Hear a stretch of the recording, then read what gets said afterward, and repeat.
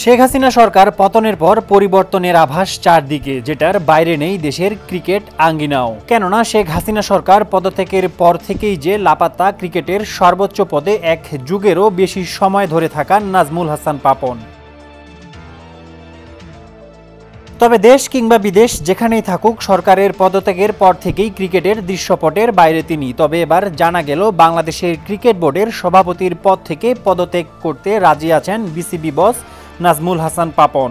জানা যায় বিসিবির এক শীর্ষ পরিচালককে তিনি দেশের বাইরে থেকে ফোনে জানিয়েছেন এই ইচ্ছার কথা।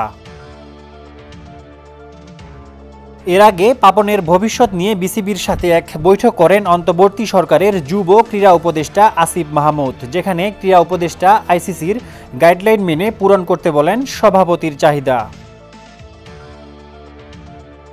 এদিকে পাপনের পদত্যাগের পর কি হতে পারে বিসিবি, সে বিষয়ে চলছে আলোচনা। নিয়ম অনুযায়ী পাপনের পদত্যাগের পর ক্রীড়া মন্ত্রণালয়ের অনুমতিক্রমে বোর্ডের কার্যক্রম চালিয়ে যাওয়া পরিচালকদের মধ্য থেকে সহসভাপতি নির্বাচিত হবেন দুজন।